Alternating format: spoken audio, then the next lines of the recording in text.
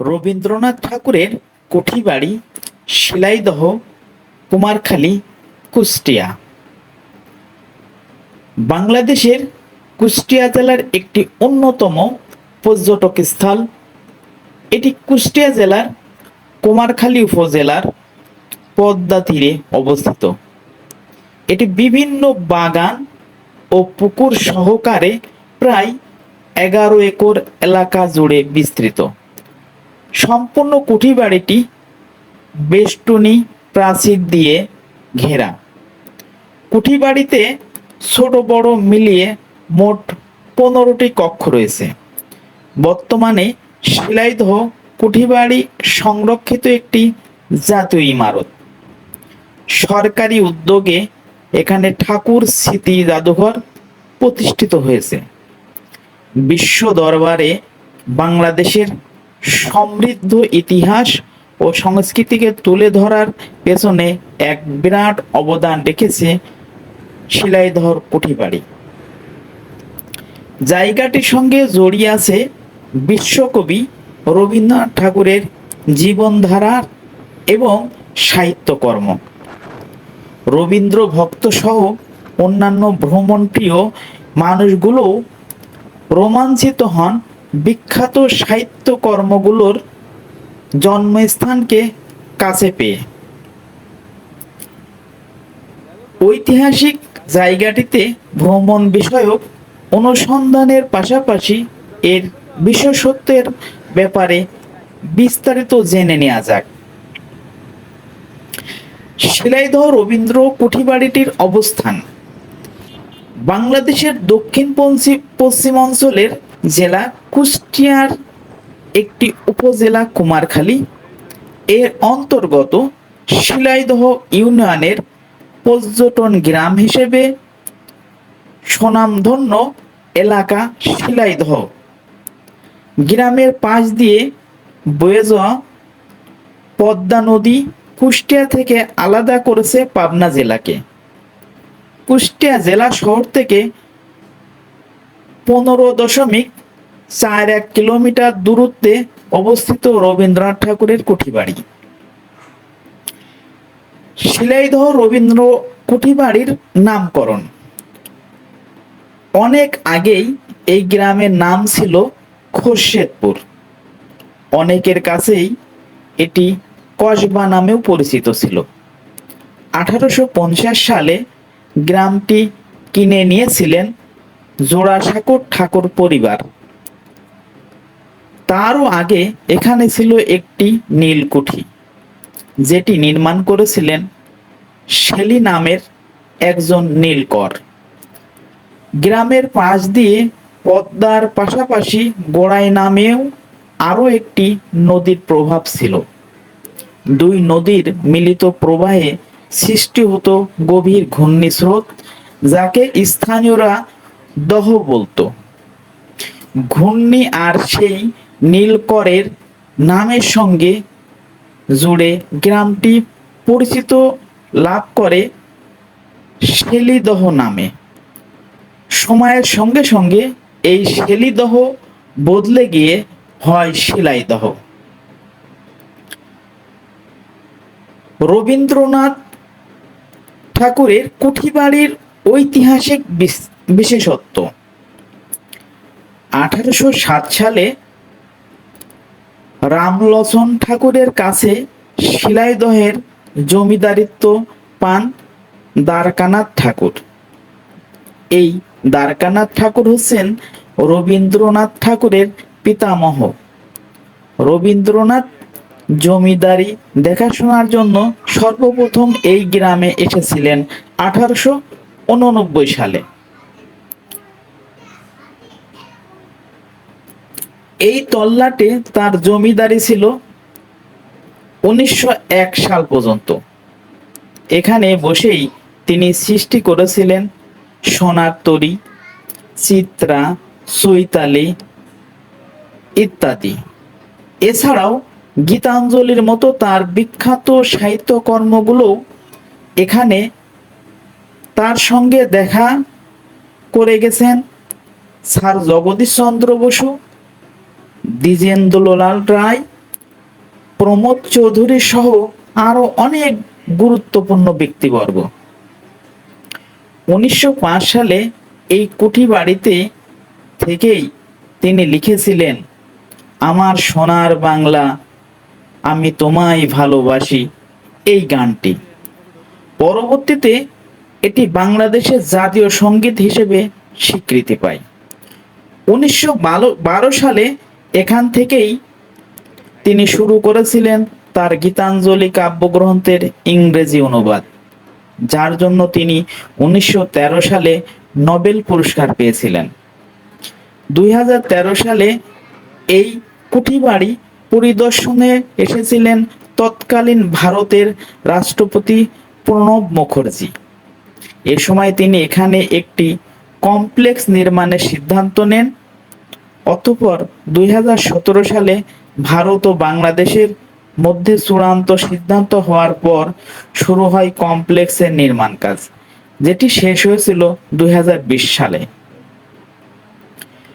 2018-তে একটি বাঁধ নির্মাণ করা হয়েছিল কুঠিবাড়ি রক্ষার জন্য, কিন্তু বাঁধের এক অংশে ধসে পড়েছে। 4 বছর পর ধসে পড়া বাঁধের আরো একটি অংশ ধসে পড়ে। শিলাইদহ রবীন্দ্রনাথ কুঠিবাড়ি কি কি দেখবেন? প্রায় 33 বিঘা আয়তন বিশিষ্ট রবীন্দ্র কুঠিবাড়ি কমপ্লেক্সের প্রধান ফটক দিয়ে ঢুকতেই দেখা যাবে বিশাল মাঠের এক পাশে মুক্ত মঞ্চ, অন্য পাশে একটি অডিটোরিয়াম। কুঠিবাড়ির মূল ভবনের সংলগ্ন অংশে প্রবেশের আগে চোখে পড়বে সোনার তরী ও গীতাঞ্জলি ডাকবাংলো। কুঠিবাড়ির প্রধান ফটক দিয়ে প্রবেশের পর সুদৃশ্য বাগানের মাঝখান দিয়ে সুন্দর পায়ে চলা পথ। এই জায়গাটি গড়ে উঠেছে 2.5 বিঘা জমির উপর। কুঠিবাড়ির একদম কাছাকাছি যেতেই বাম পাশে চোখে পড়বে একটি উন্মুক্ত পাঠশালা মঞ্চ, যেখানে রবি ঠাকুর নিজ কর্মচারীদের ছেলেমেয়েদের পাঠদান করতেন। এবার 3 তলা বিশিষ্ট মূল ভবনটিতে সর্বমোট কক্ষ রয়েছে 18টি। এগুলোতে প্রবেশ ও প্রস্থানের জন্য দরজা লাগানো রয়েছে মোট 17টি।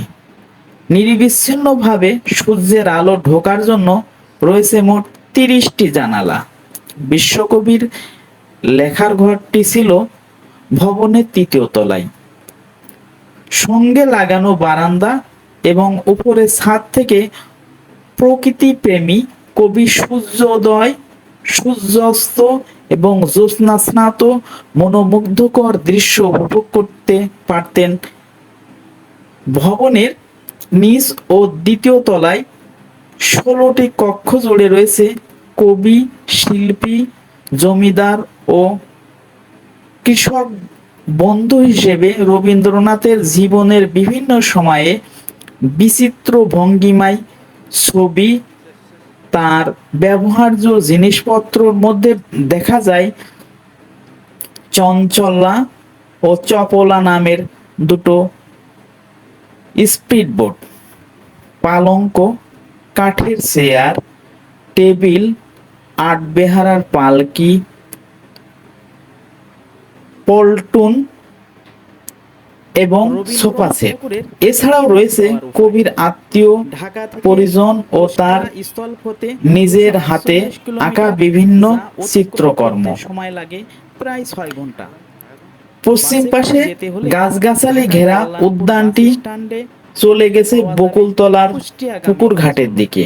এগুলোতে সেই নামকরা পুকুর ঘাট, যেখানে বসে কবিগুরু লিখেছিলেন, যখন পড়বে না মোর পায়ের চিহ্ন, এই গানটি। প্রতি বছর কবিগুরু জন্মদিন থেকে শুরু করে 3 দিন ব্যাপী আলোচনা সভা ও সাংস্কৃতিক অনুষ্ঠানের মাধ্যমে উদযাপিত হয় তার ভ্রমণের ক্ষেত্রে ঢাকার কমলাপুর রেল স্টেশন থেকে কুষ্টিয়ার ট্রেন পাওয়া যাবে সকাল 8টা 15 মিনিট, সন্ধ্যা 7টা ও রাত 11টা 15 মিনিটে। আসন ভেদে ট্রেনের টিকিটের মূল্য পড়তে পারে জনপ্রতি 360 থেকে 828 টাকা পর্যন্ত। ট্রেন থেকে নেমে যেতে হবে পোড়াদাহ বা ভেড়ামারা স্টেশনে। তারপর সেখান থেকে বাস বা সিএনজিতে করে যেতে হবে কুষ্টিয়া শহরে।